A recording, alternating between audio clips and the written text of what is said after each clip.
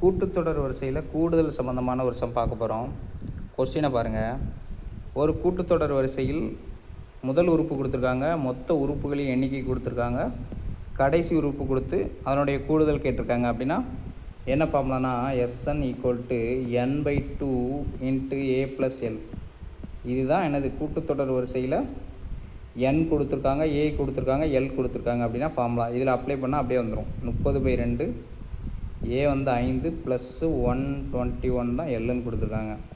எல்லுங்கிறது கடைசி உறுப்பு, என்னங்கிறது உறுப்புகளின் எண்ணிக்கை. இதை ஞாபகம் வச்சுக்கோங்க. 15 இதை கூட்டால் 126.